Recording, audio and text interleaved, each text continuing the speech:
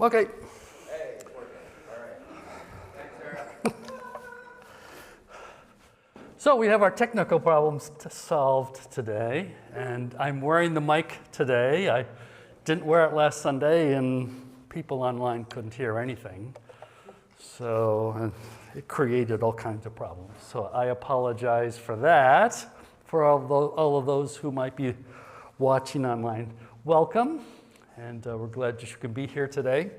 We were talking about postmodernism last time, and I want to do a very, very quick, I promise, very quick review of what we were talking about last time.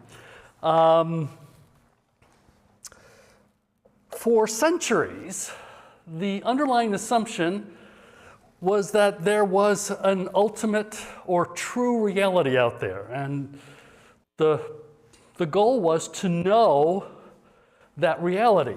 And how we know it became something of an issue.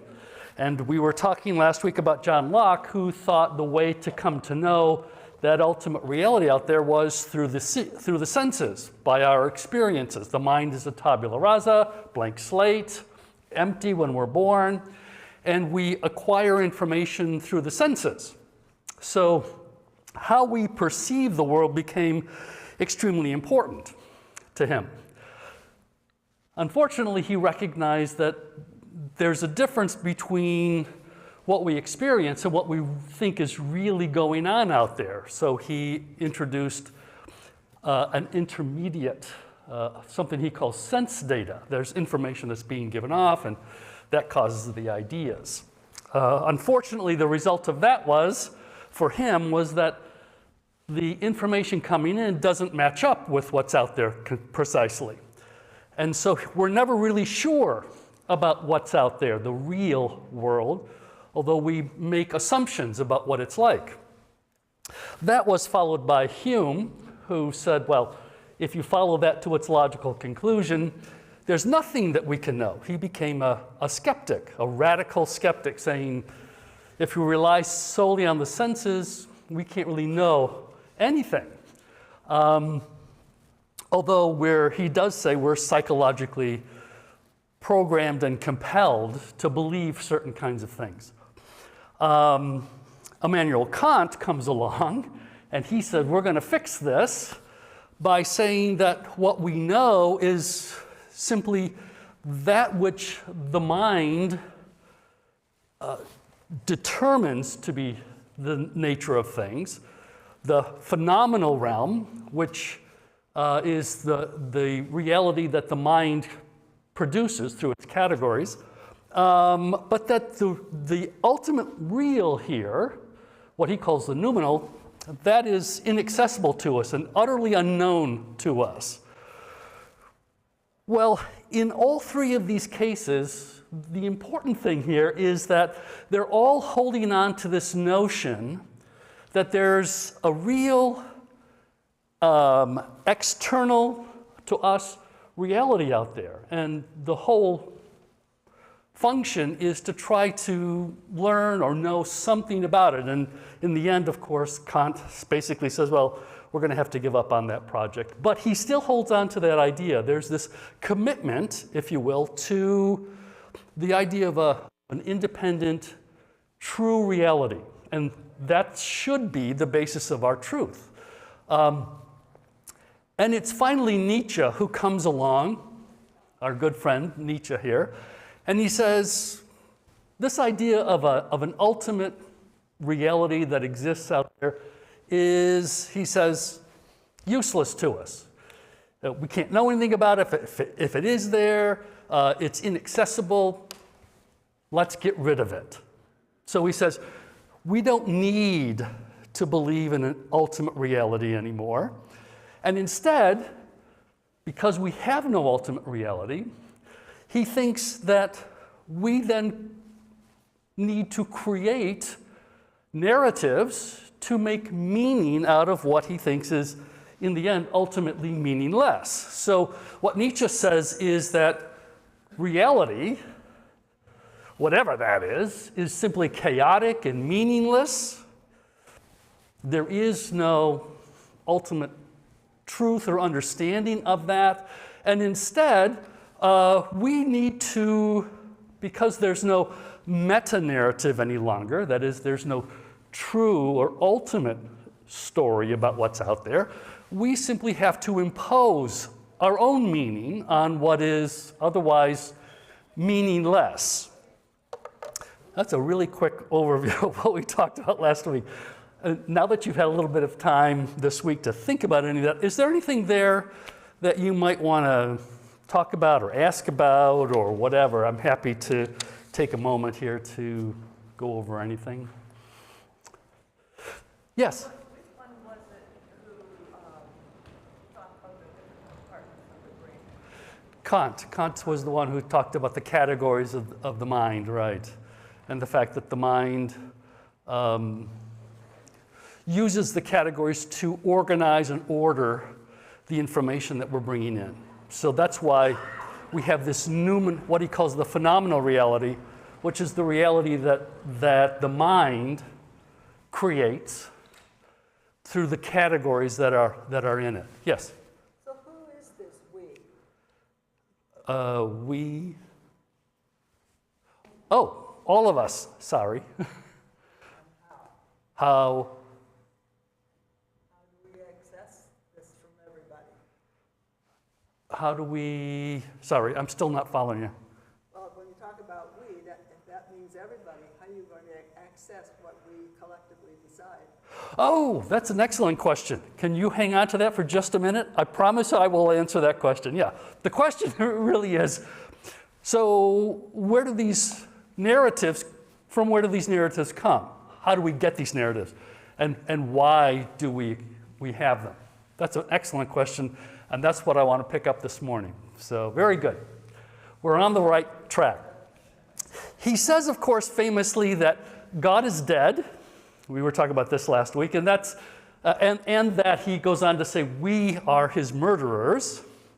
And that's just a fancy way that he uses to say that we have rejected the old story, the old narrative that was around for a very long time, what we could call the God story, and we want to replace it with a new one. When he says that God is dead, he's simply recognizing the fact that the old narrative has lost its impact. We don't find it compelling or convincing anymore, and we need to replace it with a new one. He thinks a scientific paradigm that's grounded in both naturalism and materialism.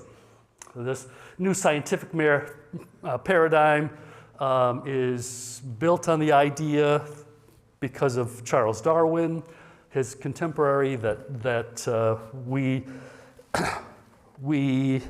believe in adaptation and the survival of those that are fit. And so we have a new story that talks to us about evolving and those that are strong and adapt properly will be the ones who survive. And the whole idea here is survival.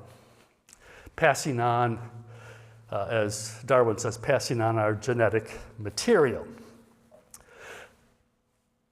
This change of stories, I haven't forgot your question, I'm coming back to it.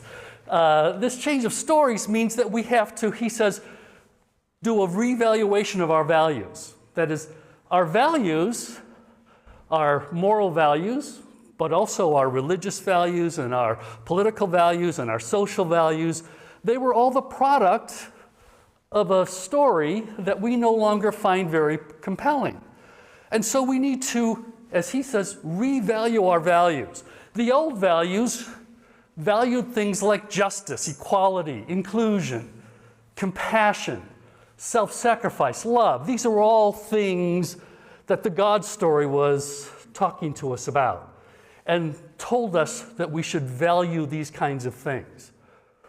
But he says our new scientific story, the one that most of us have accepted, is one that talks to us about domination and exploitation. We want to dominate the weak, and we want to exploit the weak for ourselves, for our benefit. And so he says we need to change our values because our story has been changing. Again, let's pause there for just a second. How are we doing?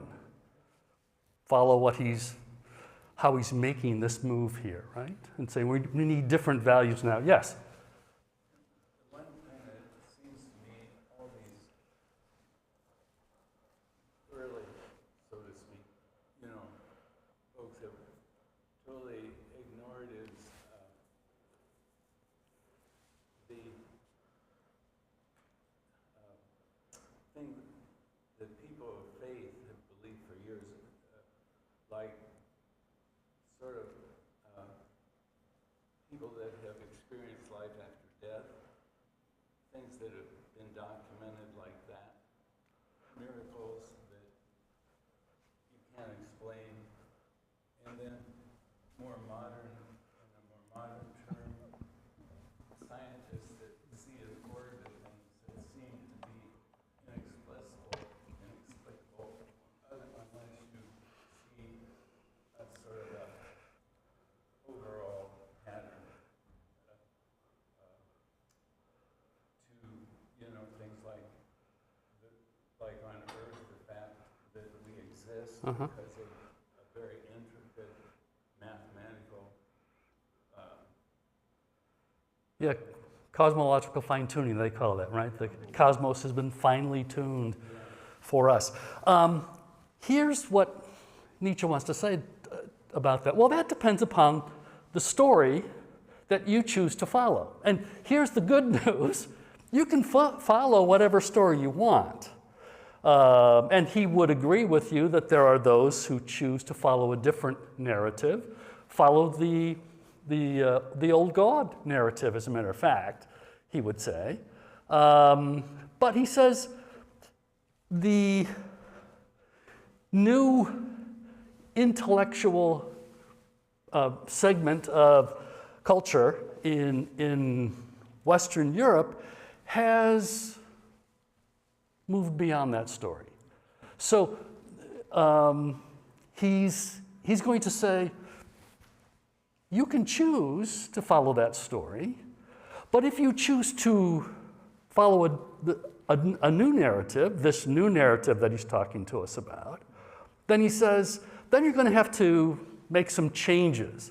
Specifically, you're going to have to make some changes with regards to the things that you value and why you value them. Your values are going to have to line up with the narrative that you hold. But he will say this, any of us can decide whatever story we wish to follow. And if you want to follow the old narrative, he would say, you can do that. You have the choice to choose your narrative. Because, as we were pointing out, what did I do? Okay. What he says is, there is no ultimate true narrative, right? There's no, we keep making this point about the meta-narrative. There is no meta-narrative, right narrative. There are simply stories, and some people find them compelling, and some people don't find them compelling, right? And we were talking last week about the Santa Claus story that as a child you find very compelling, and you might live your life according to this Santa Claus story, but eventually you sort of outgrow that story. And he thinks this is what the European culture has done. They have outgrown the God story and replaced it with a scientific story, right? And he says this, that eventually every story will become out of date, anachronistic. We will outgrow every story, and we'll simply have to replace that story with a new story. So inevitably, there will be an evolving series of stories that we come to tell ourselves because we find those stories more compelling than the previous one. But he thinks that ultimately, as we have been pointing out, there isn't some right story. Unlike the Santa Claus story, there isn't a true story. There's just stories that we accept and choose to follow, or we don't. And Kent, as you were suggesting, some people still find the God story quite compelling, and they choose to follow that one. And Nietzsche says we can each choose for ourselves which story we want to commit ourselves to. And we're going to get our thing back here, I think. Yes? But wouldn't it be fair to say that even though he allowed for that freedom, he did feel that his story was more superior than the old story? He does, yeah, that's a good point. He does seem to believe that the scientific narrative was a better story, right? Because that seems to be the one that he wants to follow, that he wants to embrace, right?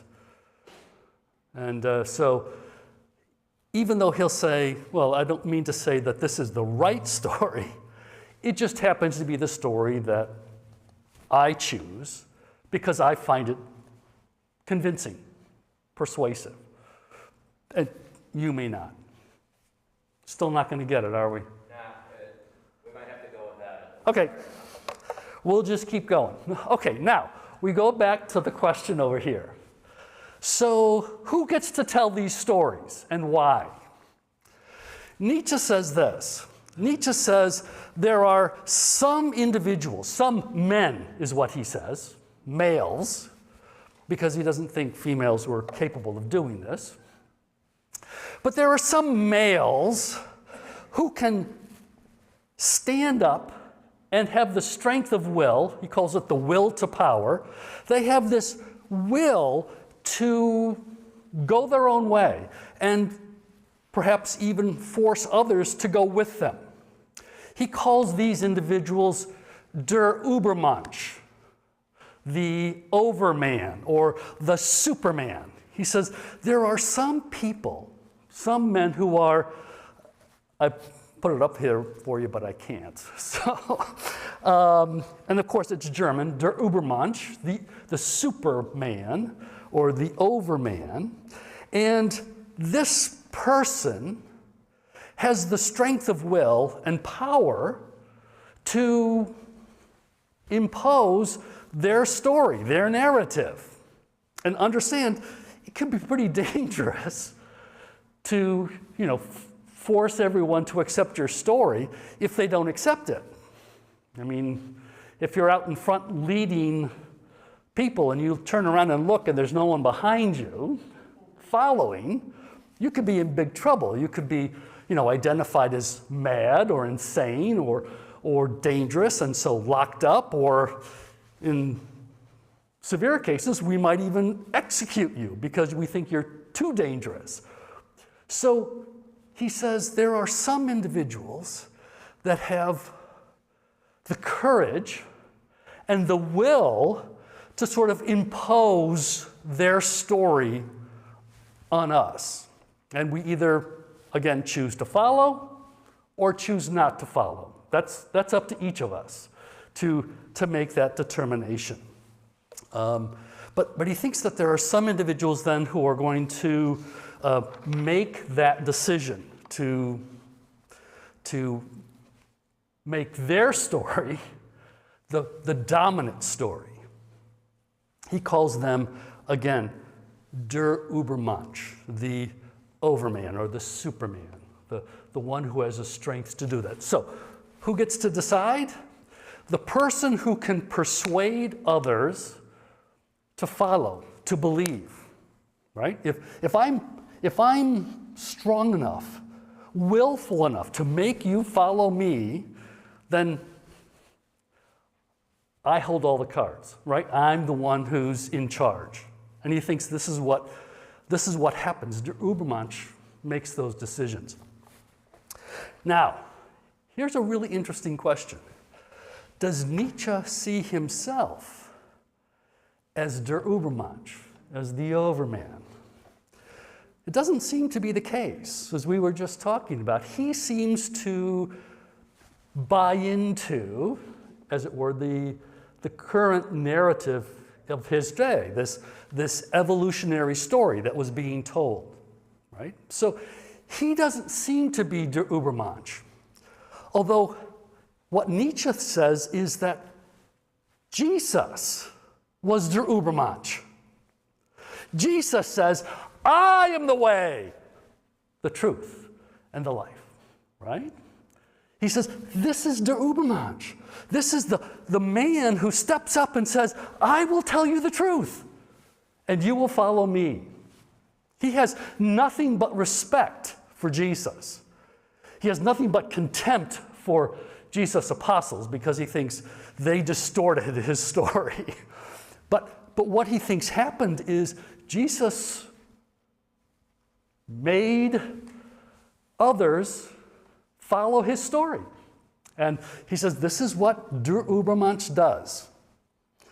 Makes others accept and follow his will. Again, let's just take a breath. How we doing? Anything there that we need to discuss or talk about or clarify? When you say those two words, Der Übermensch? no, let's see.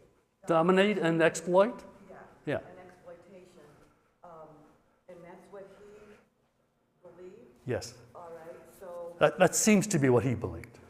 would that be our taking over the Native Americans, taking over the Hitler? Yep. I mean, what you're, All of that. well, a lot of that he thinks is just, that's part of, according to the story, and I want to be really clear here, this is all predicated on this scientific, naturalistic story, right? This story of evolution.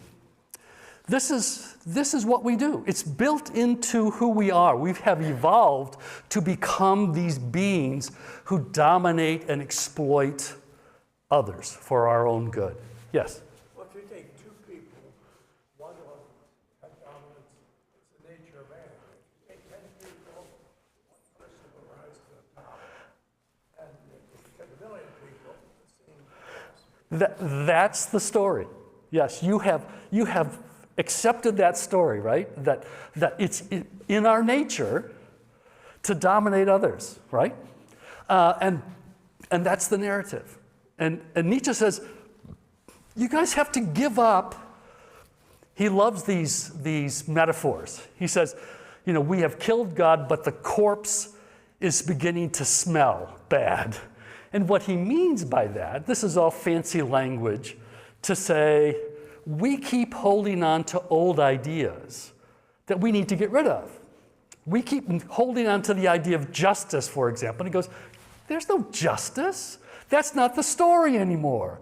Evolution says the ones who are going to succeed are those who dominate and control, right? And so he says, we've got to bury the corpse of God, is the way he puts it. And what he means is we've got to get rid of all these old ideas because they're no longer true for us. Right. There you go. Right? And so we have this person, Darwin, who steps up to the plate and says, I'll tell you the story. Here's the story. It's all about evolution. It's all about survival of the fittest. And lots of people got on board and said, yeah, I guess that's the story now. This is what we choose to believe. But if you're going to believe that story, he says you're going to have to change all those values that you hold. Scary stuff, isn't it? Isn't it? It is to me anyway. Darwin Yes, I think he would say Darwin is an example of der Übermensch, right? The overman, the superman.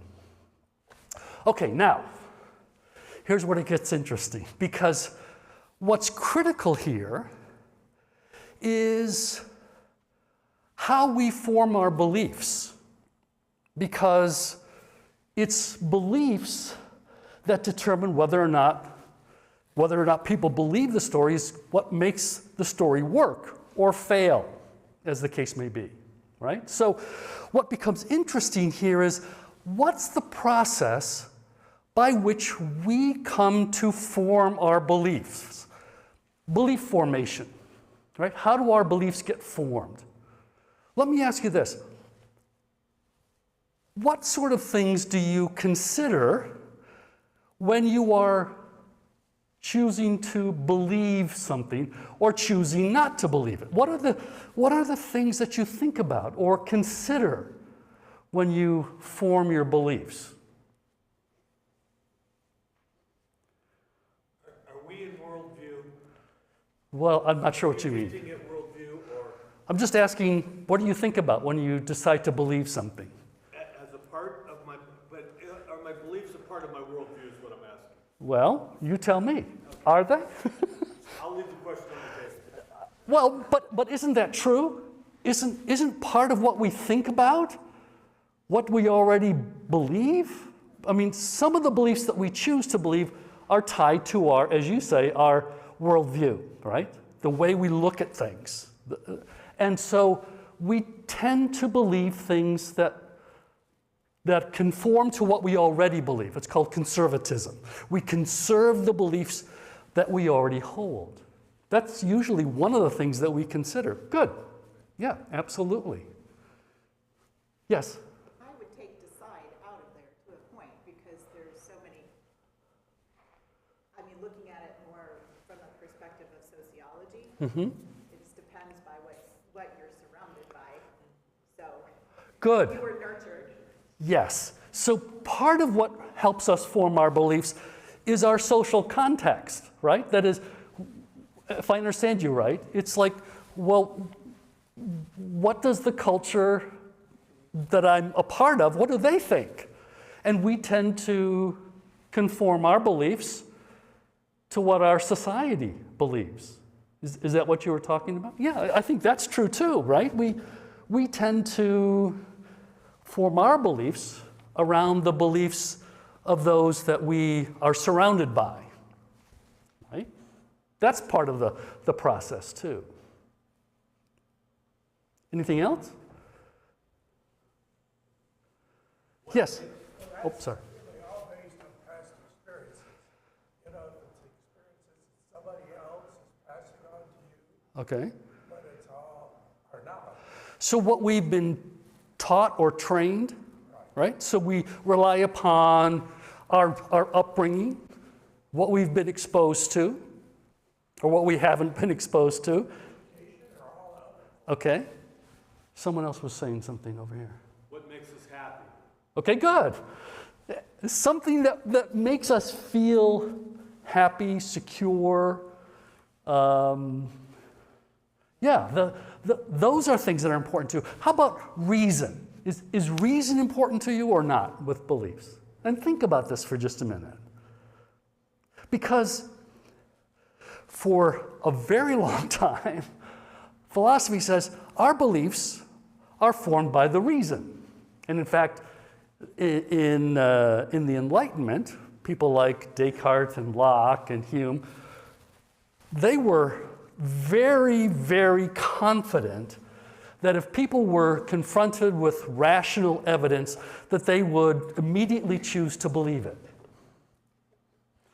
And of course, what we discovered is, or what they discovered is, reason does not work like that. That is to say, we don't really get swayed by reason. It's by other things. It's by our culture, by our current views about how we've been trained, about our emotions, what makes us happy or sad, right? It's actually a whole bunch of other things. Any luck? Nope, okay, yeah. I have an idea too. I think it helps me choose my beliefs is apologetics. Why would I believe that? Okay. What like you said, the reasons. Yeah. Those are very big to me because if you can't defend your faith, then it's going to crumble. Okay, so it's not that reason doesn't play a part. It does, perhaps, right? The question is, I guess for us, how big a role does reason actually play in all of this? And there's a sort of psychology of belief. What psychology of belief says is that beliefs are primarily the product of emotions, social expectations, and our commitments, what our worldview happens to be, right? And that reason is not necessarily all that important in terms of how we choose to form our beliefs. When evidence conflicts, or when facts conflict with the beliefs that we've chosen, what psychologist says is it creates a kind of dissonance. And we do one of two things. We either deny the evidence or facts, or we find a way to rationalize them, to make them fit with the story that we want to believe.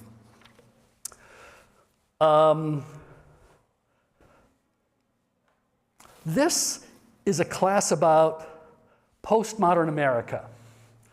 And you may be wondering, so where's the postmodern Americanism coming in here? Why am I talking to you today about postmodern America? Well, and is America sort of embracing this postmodern view?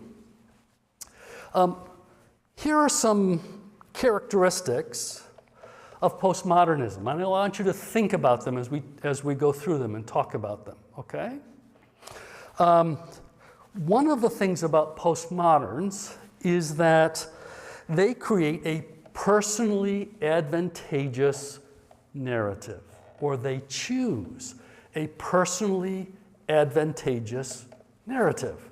They choose a narrative that benefits them, and they choose to believe a narrative that benefits them. That's one of the characteristics. A second characteristic is that for the postmodern, proof is never proffered or rarely proffered. That is, there's no support or justification that's required for their story. They're not looking for that.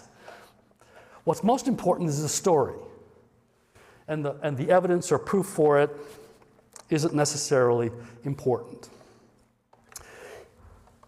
Facts that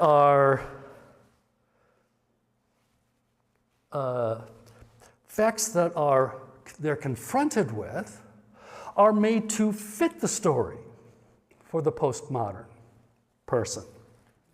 We make the facts conform to the story that we want to believe. And there's a demand that others accept the narrative. There's this idea of allegiance, that one needs to be loyal and loyal to the story, regardless of the facts, or in spite of the facts. And finally, for the postmodern, there's the tendency to intimidate and threaten those who question or dissent from the story. Want me to go over those again, or do we have them? The last one, if you could again. Sure, that the postmodern tends to intimidate or threaten those who question or dissent from the story. So we choose a story that's personally advantageous, that benefits us. We don't require proof for the story necessarily. It's the story that's important. We make the facts fit the story that we're telling. There's a demand for loyalty, allegiance to the story. And finally, this idea that those who don't go along with the story are threatened. Think back to Nietzsche and this idea that if you're going to be der Übermensch, you want to make sure that you get everybody or most everybody on board. And that's what's happening here. Right? Now, on the face of it,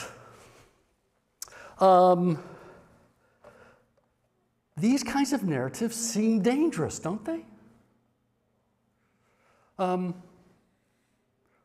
What makes them dangerous? If I were to say to you, why do you think these are, on the face of it, dangerous narratives to conform to or to accept? What would you point out? Why do you think they're dangerous? Yes. Freedom to incriminate, freedom of forcing to accept. Okay, so the fact that opposition to the story won't be tolerated. Yes, and is usually met with violence. Is for us anathema, right? I mean, that's scary stuff. Good, absolutely. Opposition won't be tolerated, and that's a problem when it comes to the beliefs that we choose. Good. Yes. How important is relationship? How important is relationship? Does relationship matter? We based our lives on relationships with one another, caring, trust. Okay. boundaries. So are you saying then that this sort of approach undermines our relationships with one another? I don't trust them. Okay, good. Why don't you trust them? I have no idea Okay. what their system is, what I can count on, and if they're going to kill, dominate, whatever. Oh, okay, good. They appear dangerous, right? But yes, I and- have no idea what to expect. You might as well have a gun, Yep. gun in their hands because Okay. they need to dominate. Okay. Yes. Partly, what she's saying is if you have somebody who's dominating, you don't know if they got the right facts. You don't know if they're leading you the right way. Okay. Good. Yeah. That. Yes. One of the things that makes these dangerous is that there's no evidence to evaluate, right?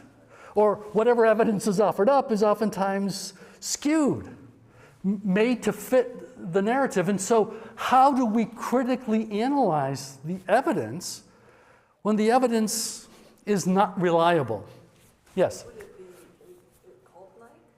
Is it, or Can be. fraternities or sororities or organizations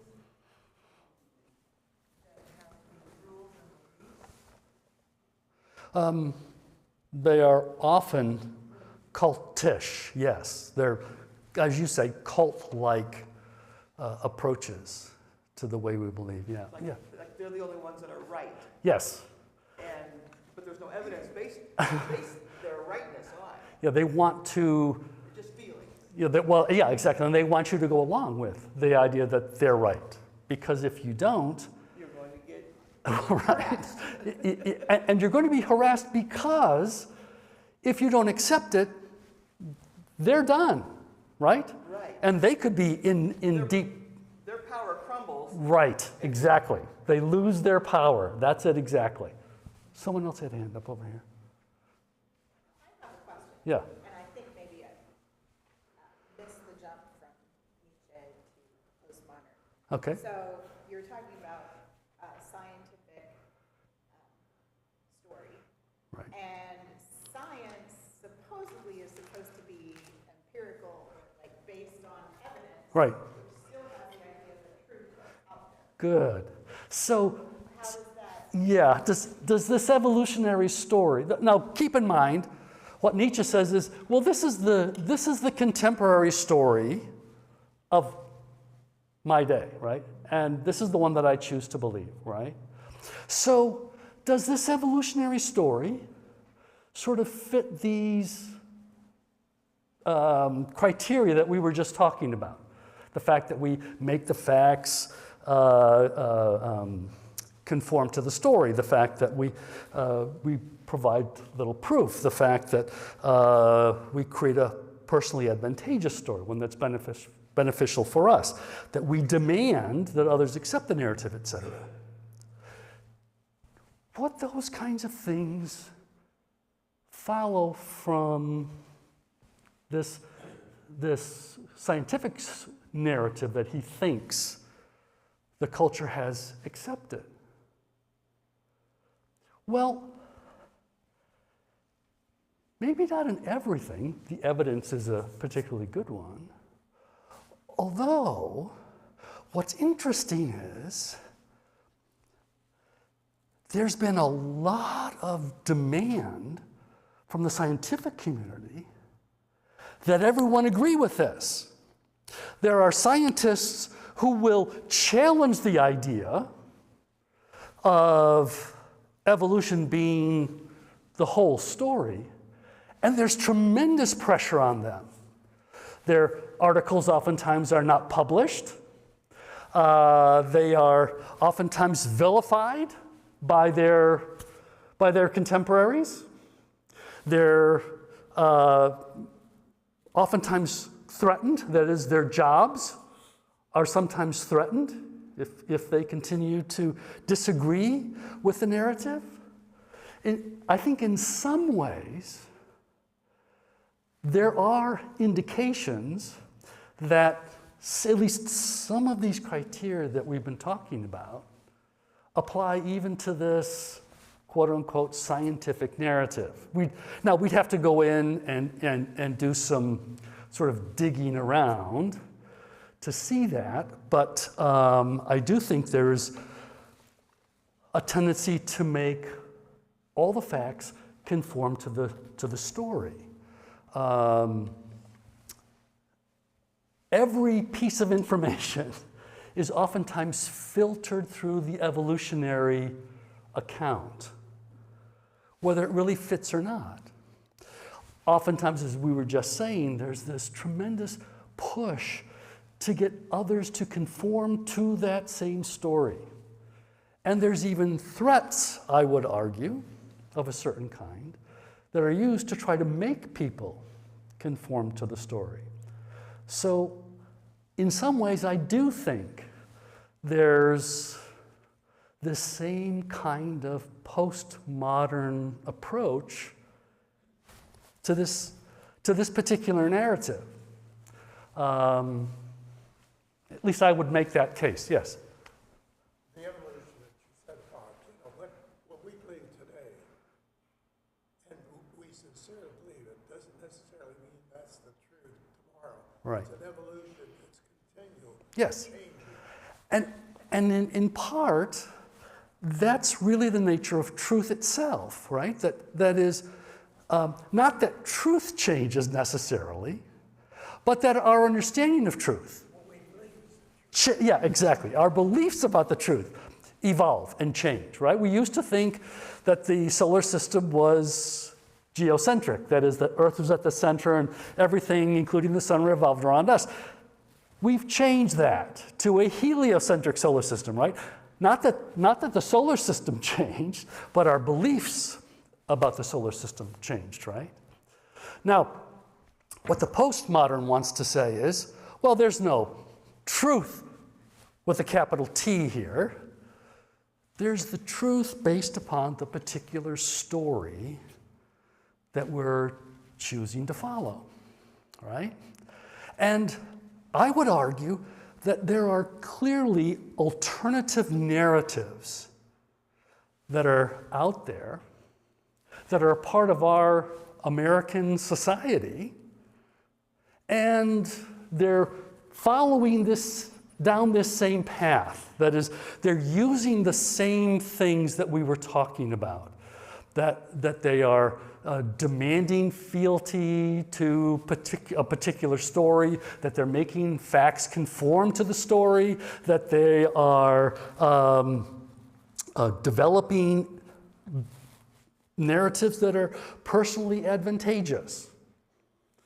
And so it seems if we look at what's going on around us, there is this idea, this postmodern idea, that we can control the story, that we can make people conform to the narrative that we want, rather than to believe that there's a narrative out there that's true and that we need to conform to it, whether we agree with it or not, whether we like it or not, whether it's advantageous for us or not, because it's true. That's the difference. Currently, there are narratives that demonize entire groups in our society, that dehumanize them, that debase them, that blame them for all of our problems, and say we can solve everything by getting rid of these individuals.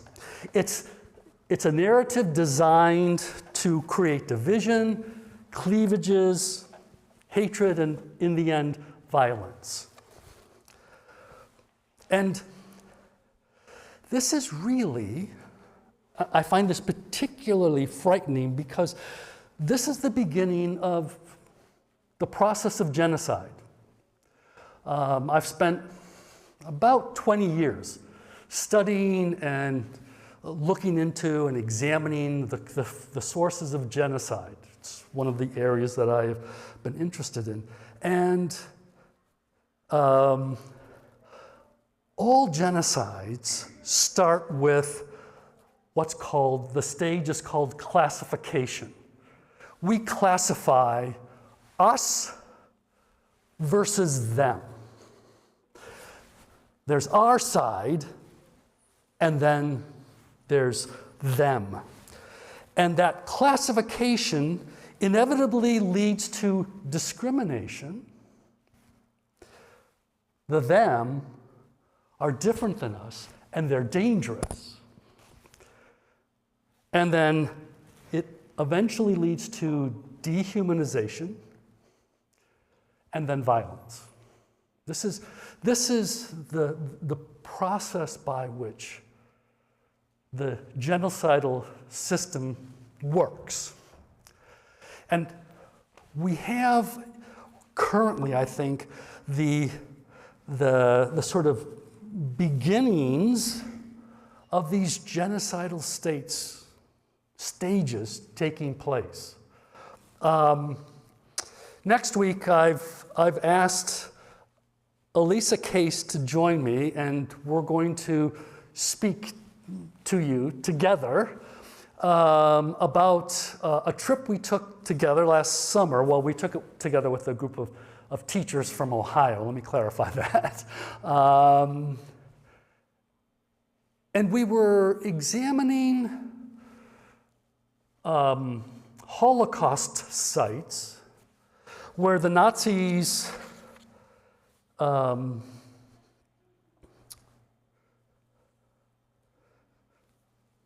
carried out the final steps in this process of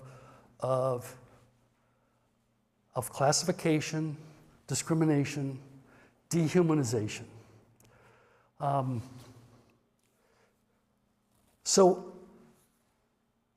I think the Nazis are the sort of the end stage where postmodernism inevitably leads us.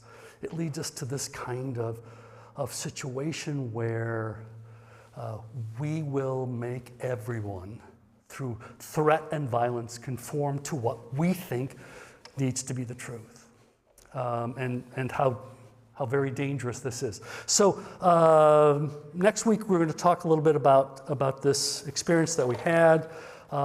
I'm hoping that next week we will have some ability to see the PowerPoints, because there are some things we want to show you. It was a fascinating trip. It's not going to be a downer, I promise, but it will be insightful. And I hope you can see where this kind of approach to truth leads us. It leads us down a very, very dark road. Let's Let's end with a word of prayer this morning. God, we believe that you are the source of all truth, that all truth emanates from you, and that because of that fact, we do not need to fear seeking the truth. But we need to be willing to follow your truth, follow the truth wherever it leads us. Give us the courage to follow you.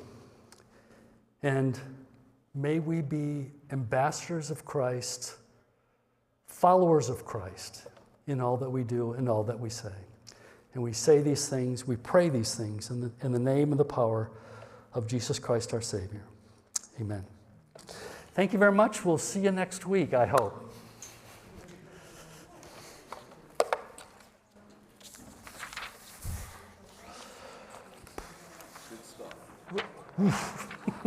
It's pretty heavy stuff. I'll turn the mic off, I don't. Sure. I've been following this stuff for 70 years.